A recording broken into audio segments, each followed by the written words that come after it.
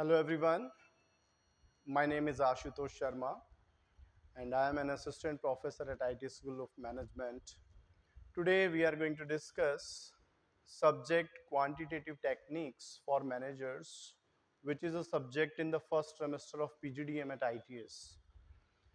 And in this subject we study about business statistics, various techniques of statistics. Today we are going to discuss content like what is statistics, applications in business and economics of statistics, what are the different types of data, what are data sources, descriptive statistics and inferential statistics. So let's start.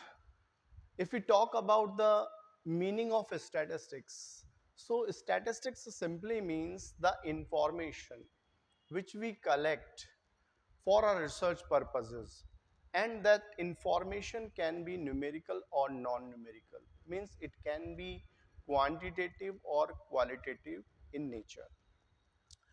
If we talk about the forms of statistics, we can define statistics in two forms, singular form and plural form. So first let's discuss about the plural form of statistics. When we collect the data from the different people, from the different respondents, so that data, that information which can be qualitative or quantitative is called statistics in plural sense. And in singular sense, when we collect the data, we compile the data, we analyze the data, then we make interpretation and conclusions from that data. So as a whole, this procedure is called statistics in singular sense. So you can say that statistics as a subject we define in a singular sense, where we collect the information or data, we compile that data, and from that data we make some analysis and make some conclusions. So I hope you got about that what is statistics and what does it mean by statistics in singular form and in plural form. So at last I have defined here statistics as a science of collection, compilation, tabulation, analysis and interpretation of quantitative or qualitative data. So let's move further. If we talk about the applications of statistics, so there is no area where statistics is not being used. Whenever we need to make research, we need to make some analysis, statistics is being used, either in finance, marketing, in HR, everywhere, in every field. You take the name of the field, and I will say that yes, obviously, without statistics, you cannot survive in any of the area, in any of the subject. Okay, so in every area, statistics is being used. Now, let's talk about the data.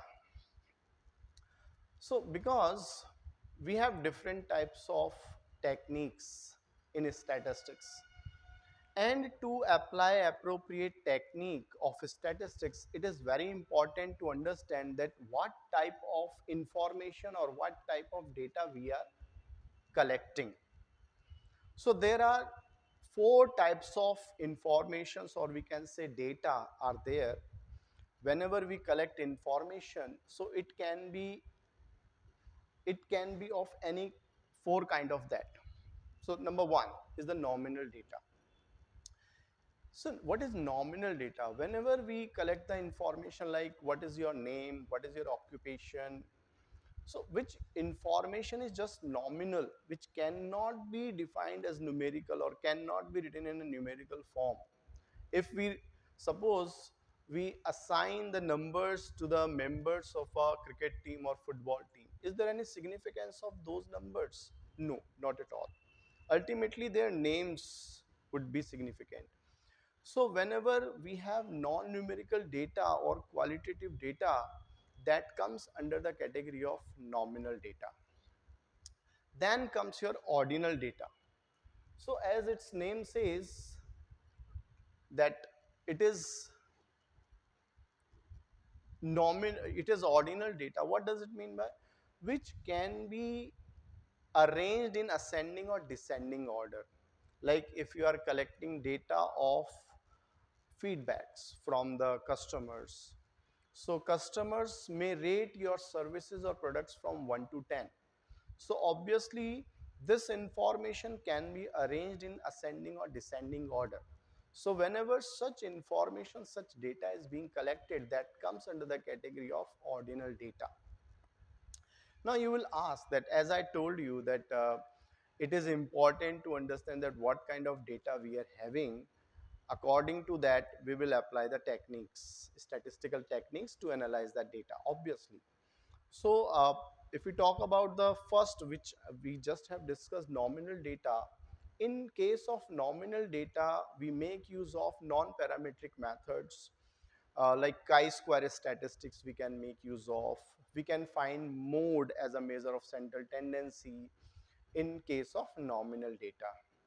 In case of ordinal data, again we can apply non-parametric tests to test our hypothesis, like rank test, Mann-Whitney test. There are many tests which can be applied on ordinal data. And in case of ordinal data, median can be calculated as a measure of central tendency. In case of ordinal data, we also can calculate dispersion, means variance. Okay, let's move further. Come to the third type of data, that is your interval data. What is interval data? Let me tell you. Interval data can be defined as numerical data on which we can apply addition and addition and subtraction as mathematical calculations. We cannot use multiplication and division in case of interval data. Let me give you an example. Like if you are measuring temperature of different places, it may be measured in Celsius or in Fahrenheit. Okay, so here we have assumed an arbitrary point 0 degree centigrade. Why we are saying it arbitrary? It is not fixed because we define 0 degree centigrade when at the temperature at which the water becomes snow. So the temperature on which water converts into snow is to be considered as 0 degree centigrade. But is 0 degree centigrade equals to 0 degree Fahrenheit also? Not at all. So here 0 is arbitrary, is absolute. Okay, there is no absolute 0 at all in case of interval data. Another example I can give you, if you are measuring the distance of Meerut from Ghaziabad or distance of Sonipat from Ghaziabad, so you have to consider Ghaziabad at 0 kilometer, so that you can measure distance between Sonipat and Ghaziabad as well as Meerut and Ghaziabad. So here again you are considering Ghaziabad at 0 kilometer, but actually Ghaziabad is not at 0 kilometers. Just to measure the distances from Ghaziabad, you are considering it as 0 kilometer. So whenever we don't have absolute 0 in any kind of measures and we are collecting information or data, so that data would come under the category of interval data, where we don't have 0, absolute 0. Also, as I told you that we cannot apply multiplication and division in case of interval data. Let me clear this point also.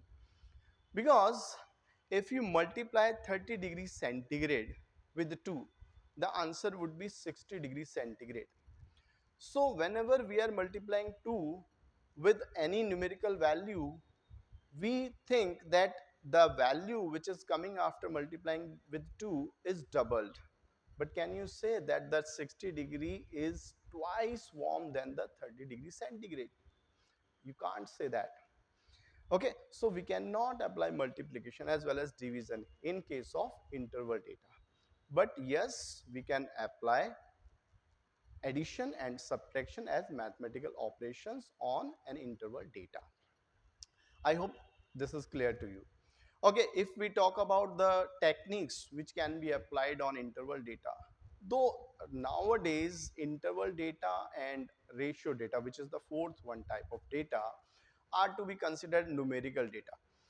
So whatever techniques can be applied on a ratio data, same kind of techniques, all the means all the statistical techniques can be applied on a interval data as well. Now there is a fourth one type of data, that is ratio scale or ratio data. So examples are distance again. Okay, if you are uh, measuring weight, measuring distance, measuring height, okay, measuring time.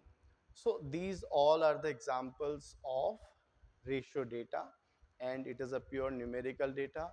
All statistical techniques can be applied. We can apply mean, median, mode as a measure of central tendency. All measures of dispersions can be calculated in case of ratio data. So I hope that nominal data, ordinal data, interval data, and ratio data, all types of data are clear to you, because it is very important to understand at the initial stage when we are going to learn statistics. So we are calling it as quantitative techniques for managers in PDM, but it is a business statistics. So I hope this video will help you to understand the four types of data in statistics. Further, we also will discuss today about, because uh, two types of techniques or methods we need to discuss in business statistics. One is descriptive statistics, another one is inferential statistics. So we can divide methods or techniques of statistics into two categories. One is your descriptive statistics, another one is your inferential statistics. So let me make use of my pen also. So this is inferential statistics and descriptive statistics. Let's move further. Let me remove this. Okay, let me write it. Okay, so okay, let me continue. Let me talk about the descriptive statistics. So descriptive statistics means methods or techniques by which we describe the population, we describe the characteristics of population. And what are the techniques which comes under the category of descriptive statistics? Measure of central tendency, measure of dispersion.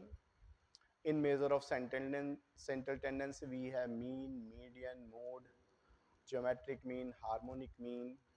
We will discuss in detail these measure of central tendencies later on.